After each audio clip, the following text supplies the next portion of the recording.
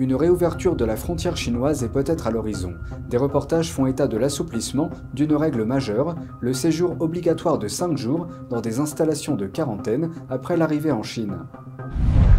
Les hôpitaux chinois sont confrontés à une augmentation du nombre de patients. Certaines personnes sont soignées à même le sol.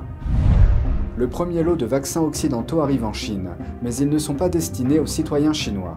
Pour l'instant, seuls les ressortissants allemands en Chine peuvent avoir accès aux vaccins allemands. Bienvenue dans Regard sur la Chine. Avant de commencer, je vous informe que le programme Regard sur la Chine sera diffusé sur la nouvelle chaîne Regard sur la Chine NTD à partir de janvier. Je vous invite à cliquer dès maintenant sur le lien en dessous de cette vidéo pour vous abonner. Merci pour votre attention et j'espère vous retrouver très vite sur la nouvelle chaîne de Regard sur la Chine. La Chine est-elle en train de rouvrir ses frontières? Les médias de Hong Kong font état de ce qui pourrait être une première étape. À partir du 3 janvier, les voyageurs étrangers se rendant en Chine n'auront plus qu'à rester en quarantaine chez eux pendant 3 jours après leur arrivée dans le pays. Les frontières de la Chine sont fermées à la plupart des voyageurs internationaux depuis près de 3 ans en raison de la pandémie de Covid-19. Les voyageurs qui ont pu entrer en Chine ont dû rester en quarantaine dans des hôtels ou autres établissements désignés pendant 5 jours, suivis de 3 jours d'isolement à domicile. La semaine dernière, un porte-parole du ministère chinois des Affaires étrangères a déclaré que la Chine allait faciliter la tâche des voyageurs transfrontaliers sans donner de précision. Ces remarques sont intervenues après que la presse a demandé si Pékin envisageait d'améliorer sa politique de quarantaine pour les voyageurs à l'étranger. Si ces reportages de Hong Kong s'avèrent exacts, la suppression de la quarantaine dans les hôtels constituerait un assouplissement majeur des règles et suggérerait qu'une réouverture complète de la frontière pourrait apparaître à l'horizon.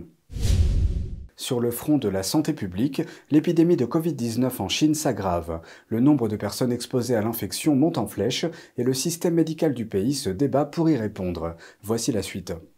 Des vidéos montrent des hôpitaux débordés. La personne dans la vidéo dit qu'ils souffrent tous d'une grave pneumonie ou d'une insuffisance respiratoire. On voit des personnes âgées allongées sur le sol. Dans l'hôpital universitaire médical de Chongqing, il n'y a plus de lits. On voit des personnes traitées à même le sol. L'épidémie en Chine est hors de contrôle, même à Pékin. Un internaute a publié une vidéo prise dans un hôpital de Pékin en disant « Avez-vous déjà vu l'enfer ?» Les citoyens ordinaires ne sont pas les seuls en difficulté. De nombreux hauts responsables du Parti communiste sont également infectés. Le 20 décembre, un internaute a posté sur Weibo que la femme d'un ancien ministre est morte à Pékin après avoir été infectée. Le message comprend des notes de son fils décrivant la scène lorsqu'il était à l'hôpital. Il dit qu'il a failli s'évanouir devant la porte. Il n'avait presque pas de place pour poser ses pieds, avec des cadavres empilés horizontalement et verticalement. Le médecin a déclaré qu'aucune des personnes âgées de plus de 85 ans admises ces derniers jours n'est rentrée chez elle vivante. Il a publiquement mis en doute le nombre de décès rapportés par le PCC. Une situation similaire a été décrite dans la vidéo d'une autre habitante de Pékin. Elle a dû se rendre dans 3 hôpitaux différents pour soigner son père. Selon elle, les temps d'attente étaient tous d'au moins 4 heures et il y avait une pénurie de lits. Elle a dit que 6 personnes sont mortes pendant que son père était pris en charge.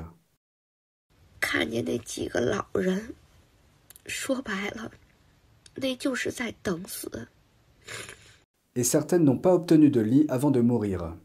Des millions de personnes essayent de trouver un traitement. Dans de nombreuses villes chinoises, les pharmacies ont épuisé leur stock de médicaments contre la fièvre et le rhume. Les cas de Covid-19 se multiplient également en dehors de Pékin. Le centre financier de l'Est de la Chine, Shanghai, le centre industriel du Sud, Guangzhou, et la ville centrale de Wuhan, l'ancien épicentre de la pandémie, voient tous leur taux d'infection augmenter.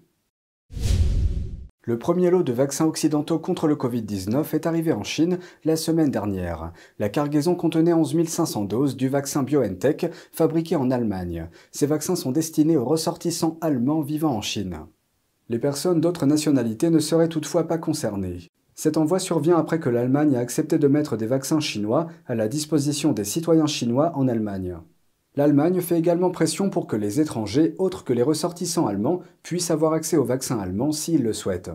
Le nombre est estimé à environ 20 000. Jusqu'à présent, les étrangers en Chine ne peuvent obtenir que des doses de vaccins fabriquées en Chine. Les vaccins chinois sont considérés par les autorités de santé comme moins efficaces que les vaccins occidentaux. Plus d'une centaine de bureaux secrets de la police chinoise ont été découverts dans d'autres pays. L'Irlande et les Pays-Bas ont ordonné la fermeture de ces avant-postes dans leur pays. Et plus de 10 pays ont ouvert des enquêtes à ce sujet.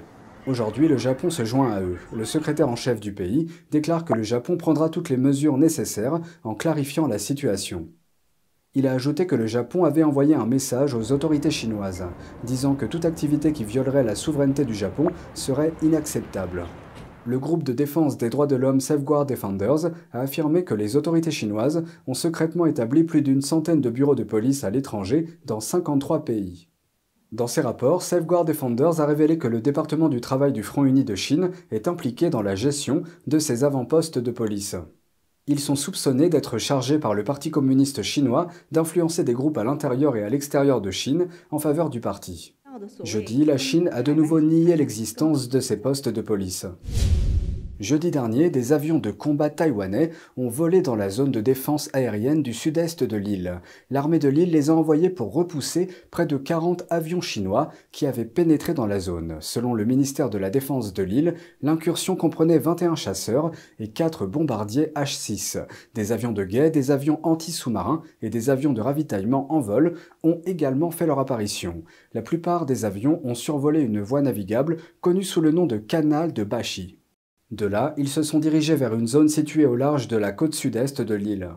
Le ministère a ajouté que 3 navires de la marine chinoise ont également été détectés près de Taïwan. Taïwan a réagi en envoyant des avions de combat non spécifiés, tandis que des systèmes de missiles surveillaient leur vol. Taïwan s'est plaint à plusieurs reprises des survols de l'armée de l'air chinoise au cours des 2 dernières années. La zone de défense aérienne de l'île comprend l'espace aérien taïwanais ainsi qu'une frontière supplémentaire autour de celui-ci. L'armée l'utilise pour identifier les avions qui s'approchent de l'île et y répondre. Pékin revendique Taïwan comme son propre territoire. L'île est régie par ses propres dirigeants démocratiquement élus et sa propre constitution et n'a jamais été dirigée par le Parti communiste chinois. Ensuite, nous nous tournons vers quelques brèves de vie derrière le mouvement du papier blanc qui est né parmi les Chinois.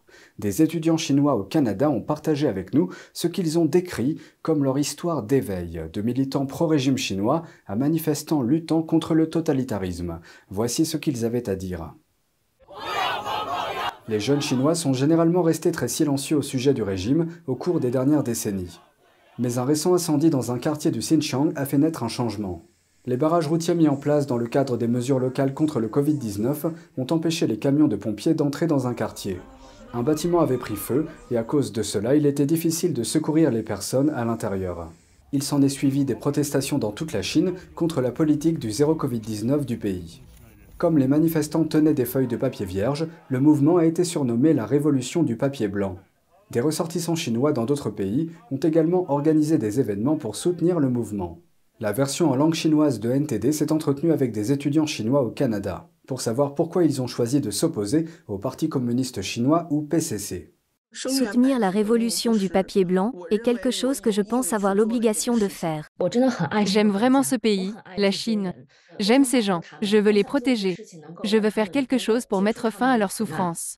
Je suis plus préoccupé par certaines valeurs, comme la liberté, l'équité, les droits de l'homme et la justice. Certains manifestants disent être passés par un processus d'éveil.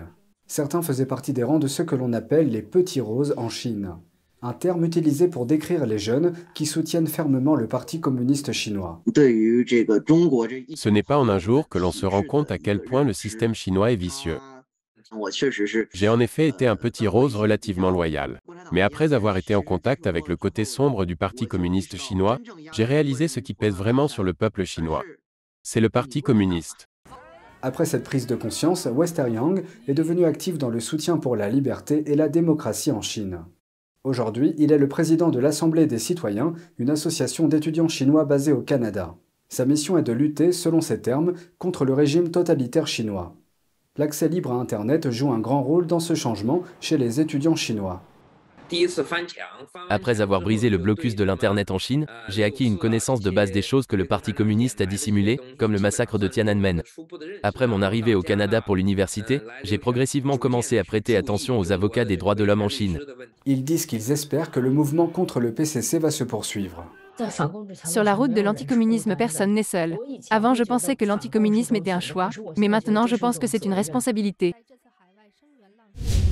C'est tout pour aujourd'hui. Merci d'avoir suivi Regard sur la Chine. On se retrouve demain pour une nouvelle émission. Prenez soin de vous et à bientôt.